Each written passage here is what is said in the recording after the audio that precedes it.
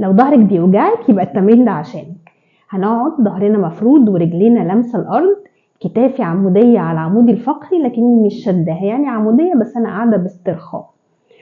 وهغمض عينيا واتنفس. مع الشهيق هتخيل ضوء ذهبي طالع من العمود الفقري من اسفل العصعوصه، طالع خلال عمودي الفقري ويوصل لمنطقه الراس. ومع الزفير نفس الضوء الذهبي بتخيله نازل بس من المنطقه الاماميه. وافضل اكرر التمرين ده مع كل شهيق، بتخيل الضوء الذهبي طالع لحد اعلى الراس، ومع الزفير بتخيله نازل للاسفل من المنطقه الاماميه كده. بكرره كل يوم من دقيقه لدقيقتين. في الاول ممكن احس بوجع بسيط بسيط، لو الوجع كان قوي ما كرروش، لكن الوجع البسيط هيبدا معايا ثم بالتكرار هينتهي تماما. لو في مشاكل في العمود الفقري بسيطه هتتحل تماما، ولو في مشاكل مش هتتفاقم مش هتكبر. تعالوا نعمله تاني مع بعض كده.